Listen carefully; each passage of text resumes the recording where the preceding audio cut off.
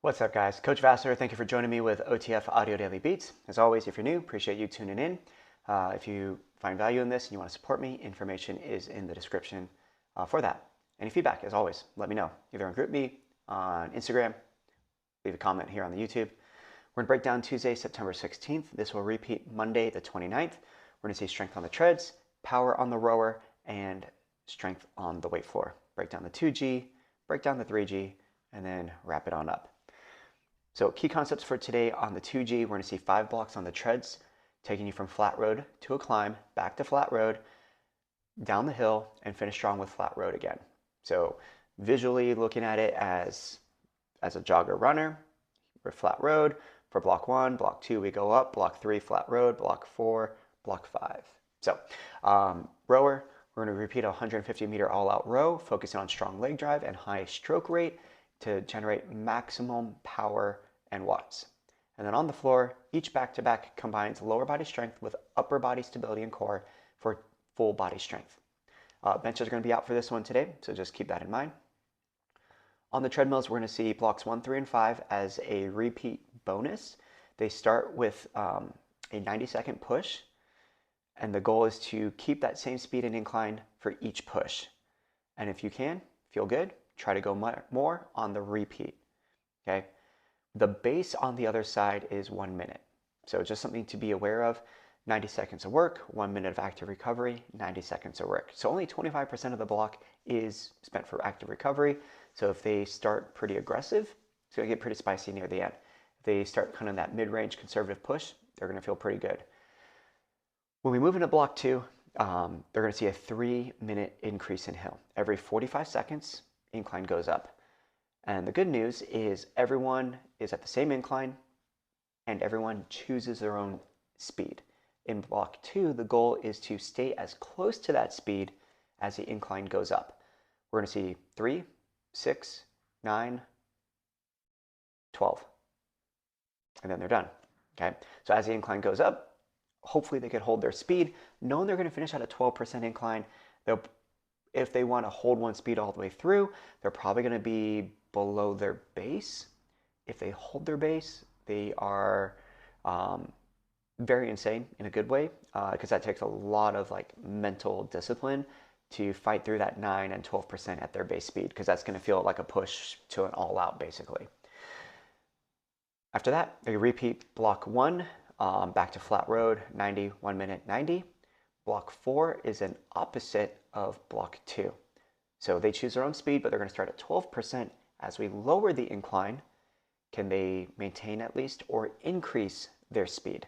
Okay, 12, 9, 6, and 3. And then the final block is a repeat of the previous 2 bonus ones. So 90 push, 1 minute base, 90 push. At the 3:30 mark or 1 minute into that last push, we want them to increase their intensity for the final 30, whether that's just a 0.1 or more speed increase, a 0.5% or more incline increase. Bikes and striders, just jumping up on the gear or the RPMs. Now for the bikes and striders on the hill climbs, we're going to start at a base and start between base and push, so like 1 to 2 over their base, and add a gear every 45 seconds. You want to finish at what feels like a push or close to like a push all out. And then in block 4, when we go back downhill, start at that highest gear, take away a gear so they end up back where they were, okay?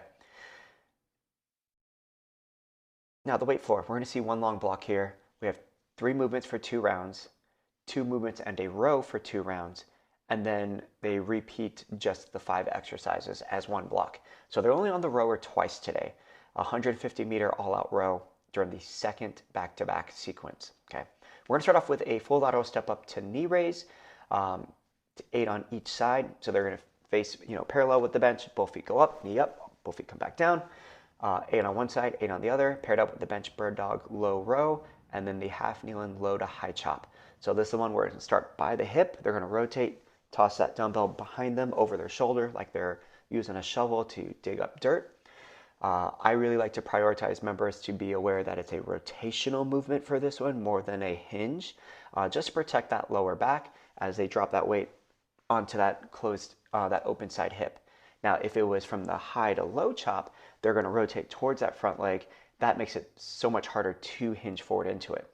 But with the low to high, because they have the weight started down by the knee that's on the floor, there's a lot more space there, so it is easier for them to lean over and put a lot of stress on that lumbar. So try to think more upright, rotate from the shoulders and back down to get a lot more oblique engagement as opposed to like a hip hinge from a kneel-in position. Got 3 rounds, or 3 movements, rest for 2 rounds. The next back-to-back, we're going to see reverse lunge to single leg knee drive, 8 per side. A great alternative for this one is they could do a step up to knee drive instead of lateral, go facing towards the bench, and that's going to be paired up with the bicycle press for 16. They'll rest and then go into the 150 meter all-out row, back to the knee drive, bicycle press, and the row. Then they're done with the rower. Total distance of 300 meters. Ideally, aim to match or improve on their time, or because it's power focus, improve on the average watts, whatever have you. Their finisher is going to be either bench lateral hopovers. So start on 1 foot on the bench, 1 foot down, they hop over, back down, stay nice and tall, trying to get height at the top of the bench. And then their choice of either doing a 30-second all-out row if they felt like the 300 meters just wasn't enough for the day. Now, when we look at the 3G, we're going to see 4 blocks on the treadmills, 1 long block on the rower and on the weight floor. For the treads, similar idea to the 2G. We'll see block 1 and block 3 are actually the same thing of that 90 push, 1 minute base, 90 push. Block 2 and 4, durations get cut in by 15 seconds. So 30-second intervals, 3, 6, 9, 12, 12, 9, 6, 3. Because there's less time, they're more likely to be able to hold a more aggressive speed compared to the 2G. However, there's only 45 seconds between each block of a walk recovery. So knowing that, after that first push, base push, 45 seconds to walk, holding their base for the next 2 minutes going up to 12% might be kind of tough, but not to say it's not impossible. It's just going to be challenging but doable. And then block 3, push, base, push. Block 4, 12, 9, 6, and then 3, and then a bonus 15-second all out at the very end. So that one is just a little bit longer, but you got that nice little speed bump to finish it out. Now, for the rower, 1 long block, very complicated.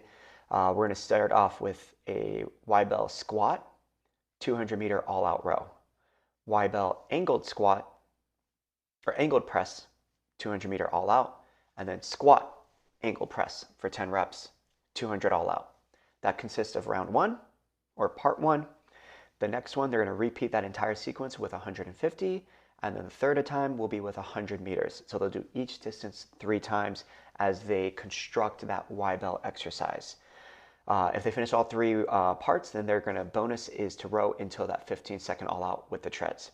And then on the weight floor, it is a combination of the other 2 blocks, or of the other things from the 2G, so the 1 long block just without the rower. So lateral step up knee raise, bird dog low row, low to high chop, rest, 2 rounds, reverse lunge knee drive, bicycle press, rest, 2 rounds. And then their finisher is, they don't get to choose because the rower's taken up, so they'll go into the bench lateral hop over for the final 15 seconds.